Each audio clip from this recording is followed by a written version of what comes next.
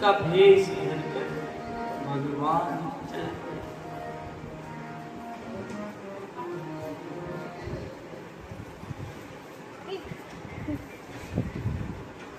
भगवान श्री राम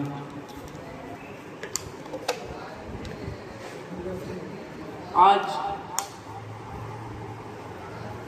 जब उनको पता चला कि वनवास मुझे प्राप्त हुआ और तपसी का भेष धर करके वो चले गए हैं। सुमंत जी ने रथ में बिठाया, रथ में लेकर के जा रहे हैं। बहुत विनती करी कि आप ना जाएं, लेकिन भगवान ना माने।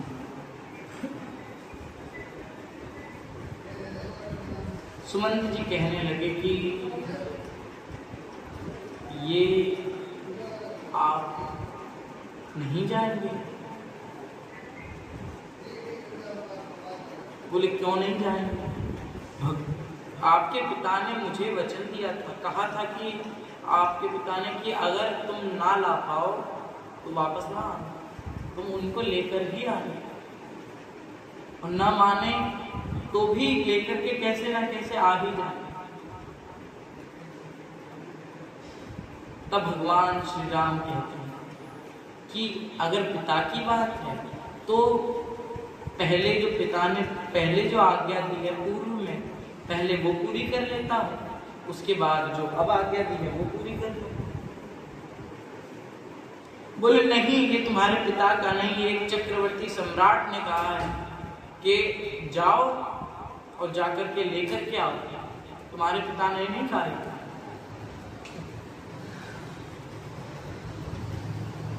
तो राम जी कहने लगे कि अगर ये चक्रवर्ती किसी सम्राट ने कहा है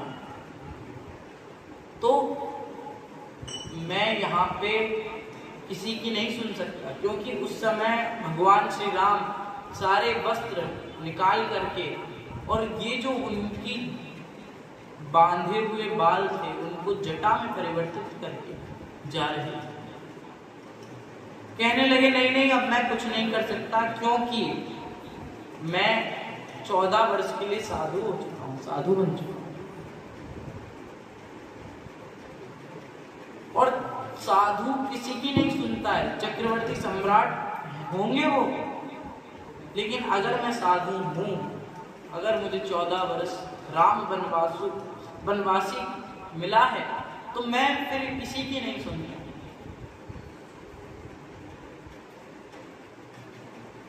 एक बार की बात,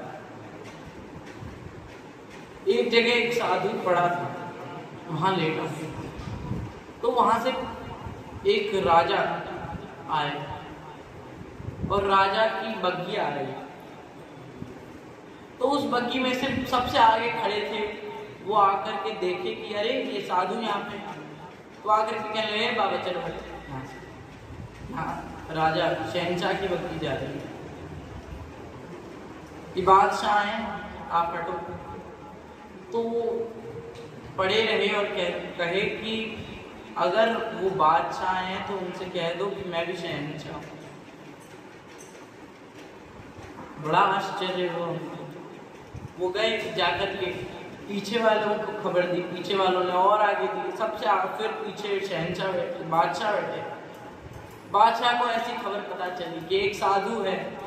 तो वो देख करके तो कुछ नहीं लगता है कि उसके पास कुछ होगा, लेकिन जो उसका साधन है उसको देख करके लगता है कि उसके पास बहुत कुछ है। जब ऐसा सुना तो इच्छा हुई कि मैं भी जाकर के मिलूं। तो वो बादशाह खड़ा हुआ और खड़ा होकर के गया, जाकर के उन साधु जी के पास बैठ करके बड़ी विनम्रता से कहने लगा कि मैं तो बादशाह हूं, क्या आप शहनशाह हैं? तो बोले और नहीं तो क्या, मैं भी शहनशाह हूं। बोले आप हमें बता सकते हैं कि हम आप शहनशाह कैसे हुए? तो बोले पहले तुम बताओ तुम बादशाह कैसे हुए? तो वो कहने लगा हम बादशाह ऐसे हुए कि ये जितनी भी आप देख रहे हो ये पूरी हमारी जितनी संपत्ति देख रहे हो। बोला अच्छा अभी कहाँ जा रहे हो तुम? बोले अभी बस एक जगह और आक्रमण करना है। बोले अच्छा फिर आक्रमण करके वहां की प्रजा छीन लेंगे, सब छीन लेंगे, वो हिस्से में ले लेंगे, बस ये आखिरी है। अच्छा ये आखिरी है, उसके बाद क्या करोगे? बोले उसके बाद हम आराम करेंगे।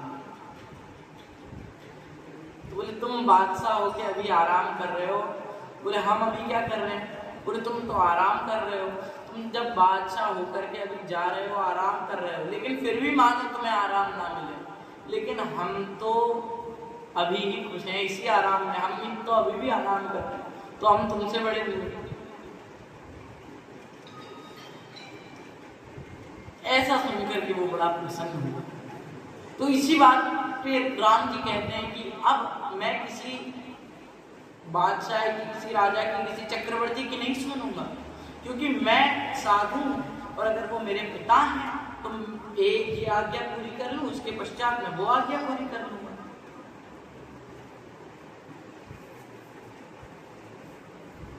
आज वहां पे छोड़ दिया और बोले ठीक है अब हम जा रहे हैं, तुम चले जाओ। अब बोले प्रभु मैं आपके बगैर यहाँ से कैसे चला जाऊं, और थोड़ा आगे और आप हमें लेके जाने दीजिए। तब सीता सहित दो भाई श्रृंगबेरपुर पहुंचे, उज्जैन श्रृंगबेरपुर पहुंचे, और श्रृंगबेरपुर में भगवान का एक मित्र निखादराज है। लेकिन वो पहुंच गए, लेकिन ऐसा नहीं कहा उन्होंने कि अरे ये हम यहाँ रहेंगे, हम तुम्हारे मित्र हैं, हमें ऐसा ऐसा मिल गया, ऐसा कुछ नहीं। भगवान तो जा रहे थे वहां पर, कुछ समय के लिए वहां रुके भगवान। लेकिन जब निखादराज को यह खबर पता चली कि मेरा मित्र आया है यहाँ, और कैसे? बोले तपसी का वेश। अच्छा तपसी का वेश धर करके। आज निखादराज बड़े ही जोर से रोने लगा और भगवान के पास जा रहा है, मानो जब भगवान अयोध्या में थे तो निखादराज कभी मिलने नहीं आया था। लेकिन आज जब भगवान चिंता में है, जब भगवान यहाँ पर इतनी चिंता में बाहर आए हैं, तब अब सब बुला रहे हैं, तब निखादराज अब आ रहा है, क्योंकि मित्र वही है जो ऐसे दुख में भी साथ है। ऐसे दुख में साथ देने वाला ही एक मित्र होता है। और निखात राज के हृदय की भक्ति तो देखो, वो पहुंचा और जब मिला यह सुधी गोह निषाद जब पाई, मुदित लिए प्रिय बंधु बोलाए। सबके साथ परिवार सहित आया और आकर के भगवान के पास, भगवान के चरणों में प्रणाम किया। भगवान के चरणों में प्रणाम करने के बाद बोले, आपको ये वनवास कैसे मिला? आप इस वन में क्यों भटक रहे हैं? चलिए श्रृंगवेरपुर में चलिए, आप देखिए, उनको भी पता चल जाएगा कि राजा कौन है। आप ही राजा हैं और वहां का राज्य नहीं तो क्या, हम यहाँ का राज्य भी तो आप ही का है। ये नहीं कहा कि मेरा राज्य आप ले लो, ये कहा ये राज्य ही आपका है। आप अयोध्या में नहीं तो क्या हुआ, आप यहाँ, ये भी तो आप ही का राज्य है। आप यहाँ की, यहाँ आप राजा हैं। और आंसू गिर रहे हैं, बड़ा ही दुखी है और कह रहे हैं, प्रभु आपके इस राज्य में इन लोगों को एक स्वच्छता फैलाई गई है कि राजा मैं, आप चलेंगे तो सब पता चल जाएगा कि असली राजा कौन है। और मैं राजभवन में रह रहा हूँ और ये धाम आपका ही है, और हमको भी आप अपने राज्य में कोई जगह दे देना जहाँ मैं और मेरी पत्नी, जो मेरा परिवार है, मैं उसके साथ रह सकूं।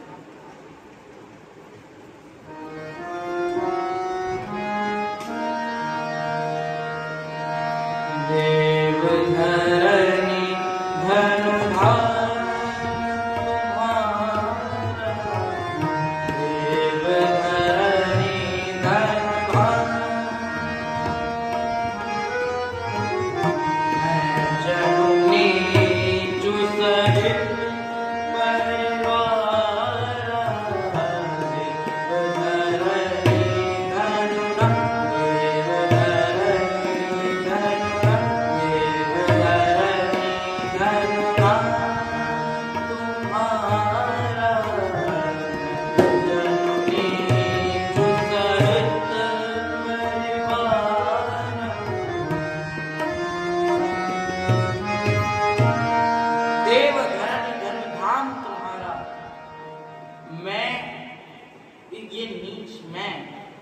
यहाँ पर अपने परिवार के सहित रहना चाहता हूँ।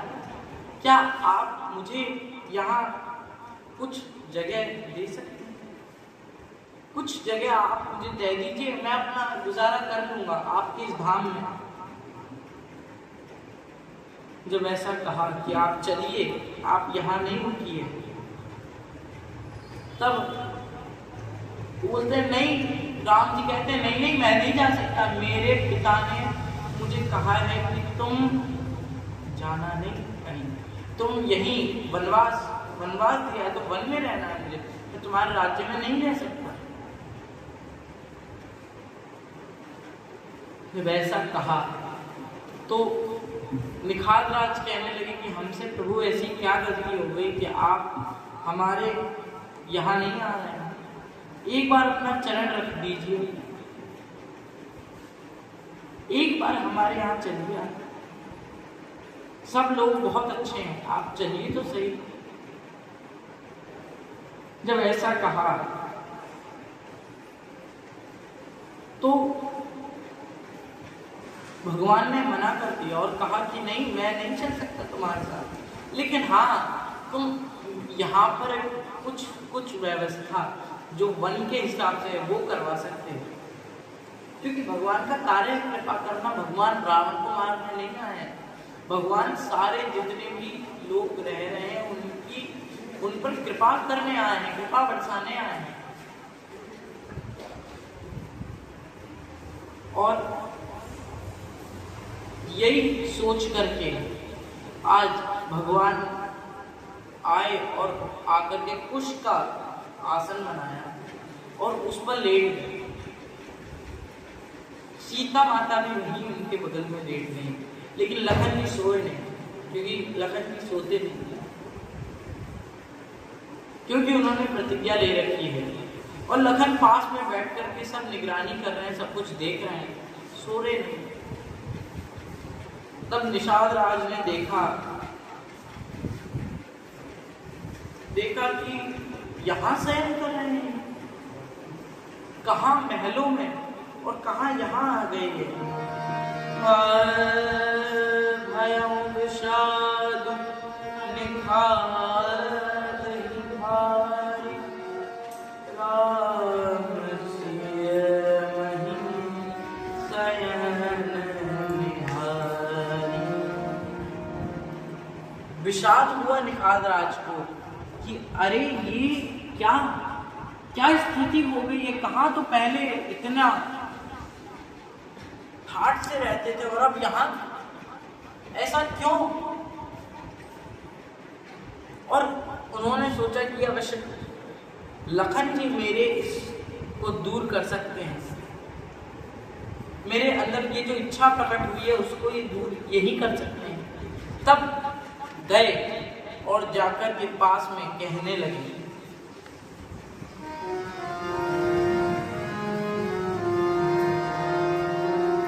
कैकेयी नंदिनी मंदमती, कठिन कुटिल बनती, जेहि रघुनंदन जानकी, सुख अवसर दुख दिन। कैकेयी नंदिनी मंदमती, कैकेयी बिल्कुल मंदमती है। लखन जी ने देखा और थोड़ा मुस्कुराया। उन्होंने सोचा कि लखन जी को क्रोध आया होगा अब जब मैं ये कहूँगा, या फिर वो कहेंगे हाँ बिल्कुल समर्थन करेंगे मेरा, लेकिन ये मुस्कुरा रहे हैं, इनमें भगवान राम जैसा स्वभाव। बोले आपके इस मुस्कुराने का कारण क्या है? बोले नहीं निखाद राज, ये गलती कैकेयी की नहीं है, कैकेयी माता की नहीं है, तो किसकी है? तब उन्होंने भी वही कहा जो उनकी माता सुमित्रा ने उनसे कहा था, तुम्हारे भाग राम बन जाएंगे, तुम्हारे भागों के कारण राम जी को वन जाना पड़ रहा है, तुम कैकेयी माता पे कुछ मत डालो। बोले ऐसा क्यों? हमारे कारण? बोले तुम्हें सेवा का अवसर है, इस बार सेवा कर पाओ जितनी कर लो, फिर अवसर नहीं मिलेगा।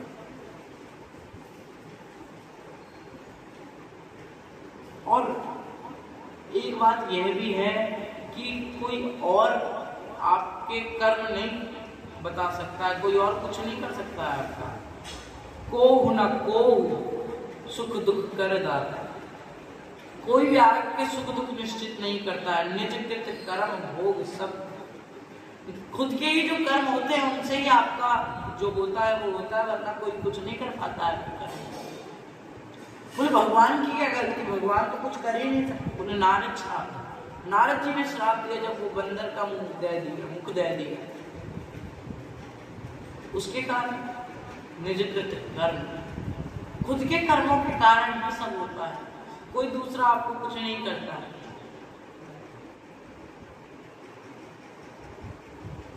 और जब निषाद राज पूछने लगे कि अच्छा ये सब प्रारब्ध है, बोले हाँ ये सब प्रारब्ध है। तो बोले एक बात बताइए कि जब प्रारब्ध है तो कभी शुरुआत से सृष्टि बनी होगी, तब तो किसका प्रारब्ध नहीं था, तो वो मनुष्य कैसे बन गया? क्योंकि लिखा है बड़े भाग मानुष तन पावे, तो वो मनुष्य कैसे बना? उसका तो कोई भाग्य ही नहीं था। बोलते हैं कुछ लोग कहते हैं कि उससे पहले सुनामी जो महाप्रलय आया उसके कारण सब मिटा, फिर मनुष्य बना, तो वो जो पहले था। बोले नहीं हमने पहले का तो पूछा ही नहीं, हमने बोला जब नई बनी होगी तभी तो आई होगी। जब बिल्कुल पहले बनी तब कैसे, तब किसका प्रारंभ?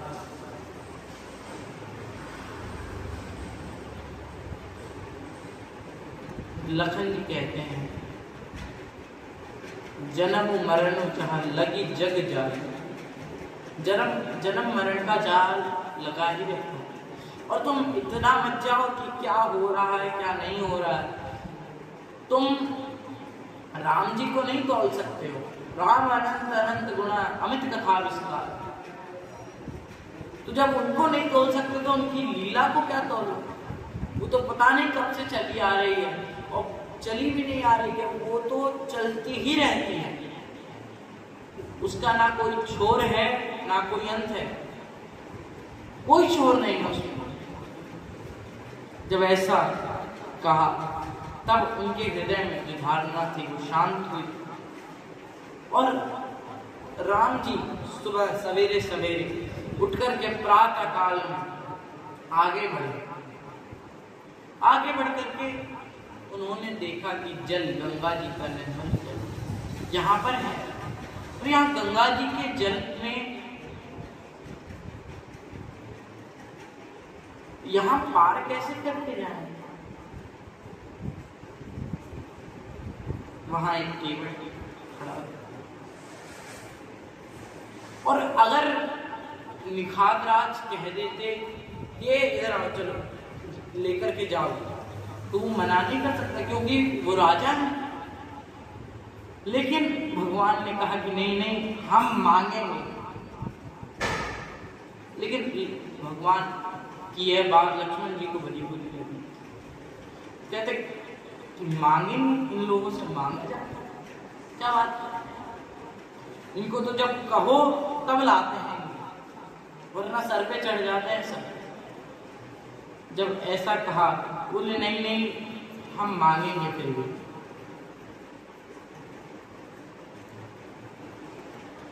जब ऐसा कहा तो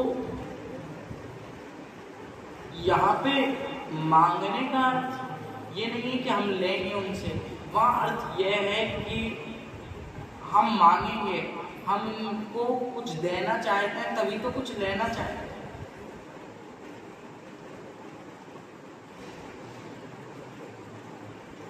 लेकिन बड़ा ही वियोग है, और जब मांगी ना तो वो नहीं लाया। जब उन्होंने देखा कि कोई नाम मांग रहा है मुझसे, तो वो समझ गए कि केवल इतनी निर्मलता केवल भगवान में ही हो सकती है।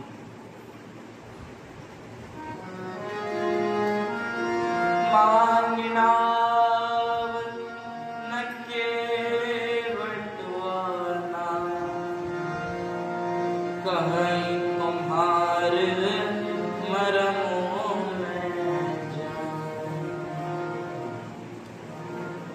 मांगी नाव न केवट आना, केवट आया नहीं जब नाव मांगी कि लाओ भैया इधर लाओ, तो वो और दूर ले गए।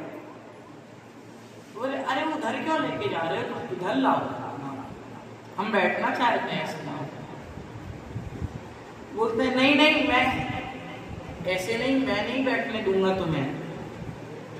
क्यों नहीं बैठने दोगे? कहीं तुम्हारे मरम में जाना, मैं तुम्हारा मरम जानता हूँ, बहुत पहले से बहुत अच्छे से जानता हूँ कि तुम कैसे हो।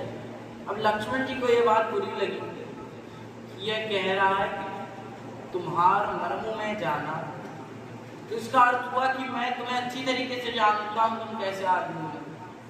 तो मतलब पहले कभी बैठे हो और न दिया होगा किराया, इसलिए कहे तुम्हारे मरमों में जाना, तभी तो नहीं ला रहा है ना, वरना ले नहीं आता। लक्ष्मण जी बड़ा क्रोध है लेकिन कुछ कह नहीं पा रहे हैं। लेकिन अब भगवान देख करके मुस्कुरा रहे हैं, मुस्कुरा करके लक्ष्मण जी की तरफ देख करके कह रहे हैं तुम भी मुस्कुराओ। अब लक्ष्मण जी को जब यह कहा कि तुम भी मुस्कुराओ, तो लक्ष्मण जी बड़ा क्रोध थे, और उनसे कुशल कोई है नहीं बात बनाना। तो कहते हैं कि अब क्या मुस्कुराएं, आपकी यह केवट बात तो सुन नहीं रहा है। प्रभु आपको जो मिले सब ऐसे ही मिले। ये आपका भक्त है लेकिन फिर भी आपकी बात नहीं मान रहा है। आपको जो भी मिले सब ऐसे ही मिले। बोले अच्छा वो कैसे जो भी मिले? बोले एक को बुला रहे हैं वो आ नहीं रहा है, और दूसरे सुमंत जी को जब भेज रहे थे तो वो जा नहीं रहे। वो एक वहीं खड़े हैं, ये नाव लाने को तैयार नहीं। जब ऐसा कहा तो भगवान भी बहुत कुशल है। तो भगवान कहते हैं कि हाँ यह सही बात कही है तुमने, लेकिन हमारी तो बोनी ही खराब है। बोले ऐसे भक्त तो मिलेंगे ही, जैसे कोई मानो कोई किराने की दुकान चला और उसकी दुकान में सबसे पहले कोई आया और आकर के सामान लिया और कहता है कि जाओ बाद में देंगे, तुम अभी पैसा नहीं।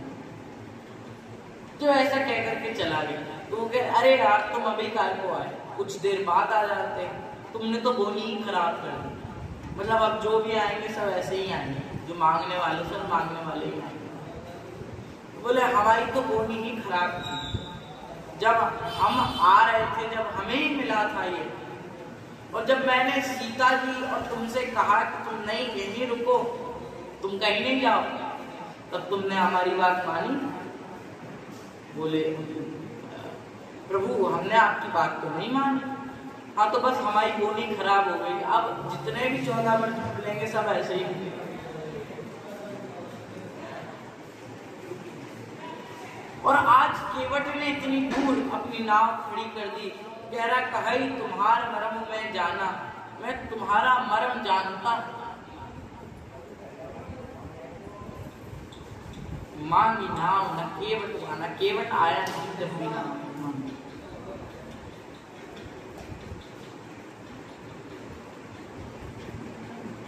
बोले तुम क्यों नहीं ला रहे हो नाव? तुम ले आओ, तुम्हारा हम किराया देने से मना थोड़ी कर रहे हैं, तुमको देंगे हम। तो देने आया, लेकिन आया नहीं अभी भी। तो कहता है कि वहीं से कि हम ले तो आए ना, लेकिन एक समस्या है। क्या समस्या है तो बताते हैं। छुअत सिला नारी सुहाई, पावन तेन काठ कठिना।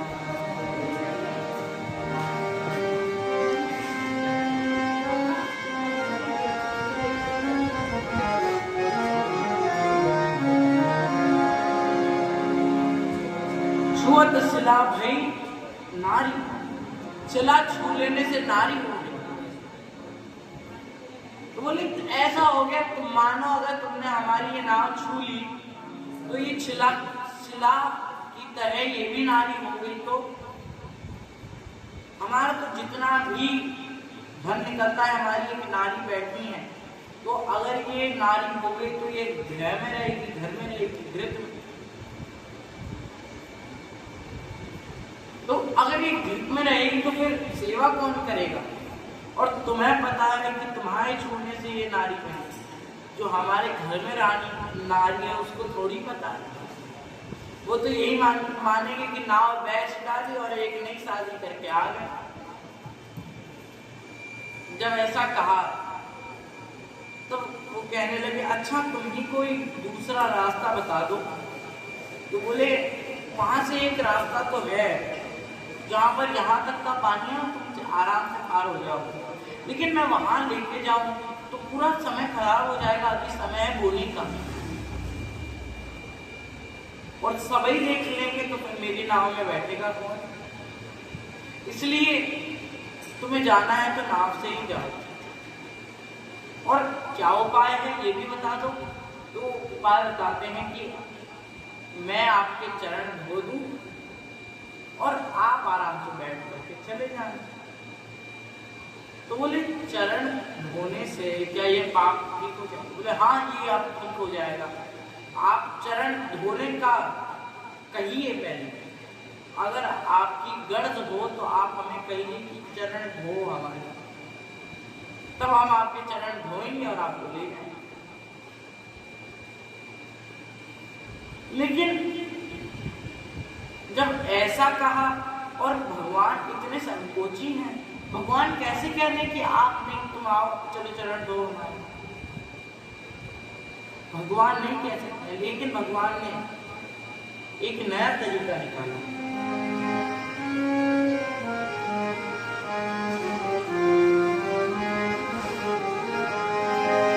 कृपा सिंधु बोले मुस्काई,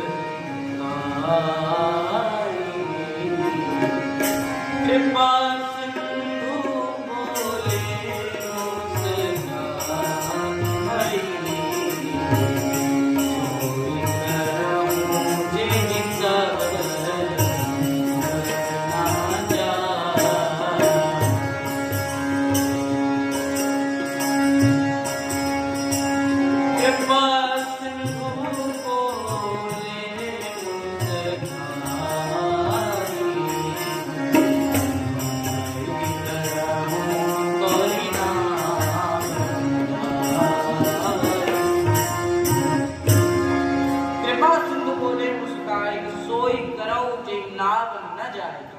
ऐसा कोई जो काम तुझे ठीक लगे वो करो जिसमें आपकी नाव न जाए।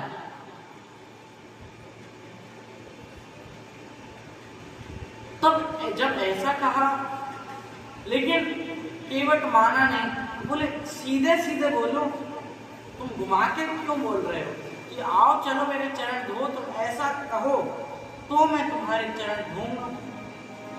बेगियानु जल पाए बेगियाए जल पाए,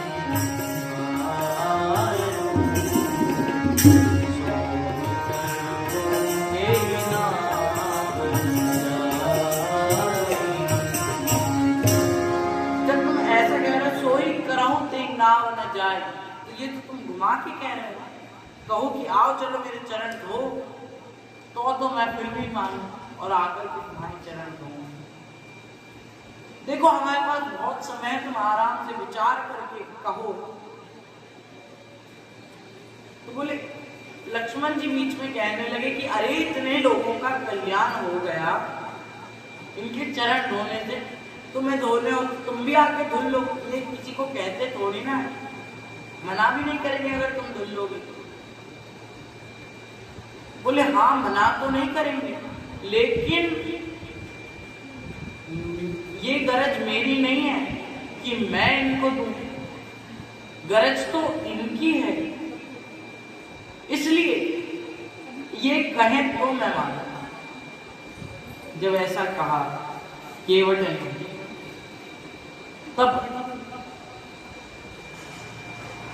तब लखन जी को बड़ा क्रोध आ गया, और क्रोध आ गया तो एक बाण निकाला, और निकाल करके जैसे ही गर्दन पर रखा तो ही चिल्ला पड़ा, बरु तीर मारहु लखुन पे, जब लगी न पाए पखारे। मैं तीर तो खा लूंगा, लेकिन मुझे भगवान के चरण पखारने हैं पहले। जब ऐसा कहा तो बड़े प्रसन्न हुए कि अब तक तो नहीं कह रहा था, अब कह रहा है। क्यों नहीं कह रहा था अभी तक? यही करना है तो पखार लेता है, पाओ पाओ पखार, और चरण धुले। चरण धुलते धुलते भगवान ने जब चरण धुल गए, तब भगवान को जमीन पे रखा। जब भगवान ने जमीन पे रख लिए तो कहने लगा कि अरे आपने यहाँ क्यों रख लिए? अब तो ये फिर से गंदे हो गए, अब मुझे फिर से धो लेने दीजिए, वो तो गीले थे। मैं अपनी फटी हुई धोती से जब इनको पहुँच दूँ उसके बाद रखिएगा। कहते प्रभु ये कब तक चलेगा? ये कहेगा कि अभी तक नहीं धुले हैं, फिर दूसरा पाव आप आगे करेंगे तो फिर वैसा ही होगा, तो ये कब तक चलेगा? ये तो रुकेगा ही नहीं, फिर तो धुल गए चरण। और पहुंच गए हम पार।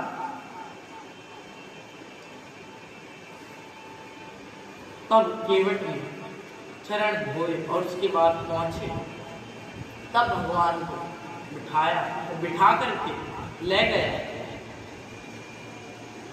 पार ले गया। तो बोला किराया मैं नहीं लूंगा आपसे। भगवान ने अंगूठी निकाली, सीता माता की। सीता माता ने अंगूठी निकाल करके भगवान के हाथ में दी, कहा प्रभु आप दे दीजिए। राम जी ने संकोच किया, लेकिन फिर कहा लो केवट। लेकिन केवट कहने लगा कि नहीं, मैं नहीं ले सकता हूं। बोले क्यों नहीं ले सकते हो तुम, ये तुम्हें लेनी पड़ेगी, तुम्हारा कार्य है, ये हमने तुम्हें किराया दिया है। बोले नहीं प्रभु, ये आपकी अंगूठी से कुछ नहीं होगा, मैं तो तब मानूं जब आप मेरा ये किराया पूरा कर दें। और आपसे क्या किराया लेना, आप तो हमारे जैसे हैं। लक्ष्मण जी को फिर क्रोध आया कि हमारे जैसे हैं, तू केवट है, हम राजा है, रघुवंशी हैं। लेकिन वो कहते हैं कि केवट मैं इस गंगा का हूं और आप उस मोक्ष के द्वार तक ले जाने वाले केवट हैं। तो केवट तो भाई हुए, आपसे क्या। और अगर आप यही कह रहे हैं तो आप एक काम कर सकते हैं कि मैंने अभी आपको पार उतारा है, आप मुझे पार उतार दीजिएगा। बस जब ऐसा कहा बड़े प्रसन्न हुए और भगवान बड़े प्रसन्न हुए, आगे अपनी यात्रा के लिए चले गए। क्या सुमंत जी महाराज जा नहीं पा रहे हैं, क्योंकि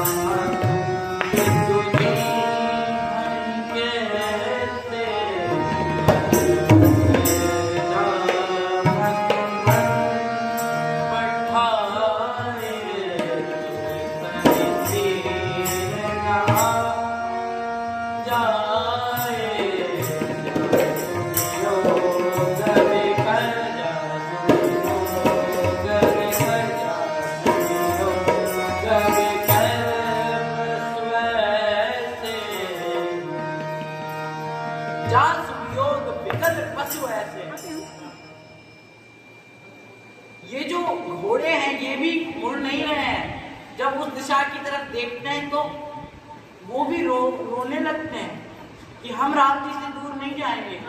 लेकिन आज सुमंत जी को अपने घोड़े लेकर के राम जी से दूर जाना पड़ा। वो पशु भी नहीं जाना चाहते हैं राम जी से दूर। आज बड़े वियोग में सुमंत जी आगे चल दिए और जो निखाद राज हैं वो भी अपने श्रृंगबेरपुर के अंदर पहुंच गए। राम जी के आगे की पद यात्रा प्रारंभ हुई। जो आगे की कथा है वो हम आगे श्रवण करेंगे। कुछ भगवान नाम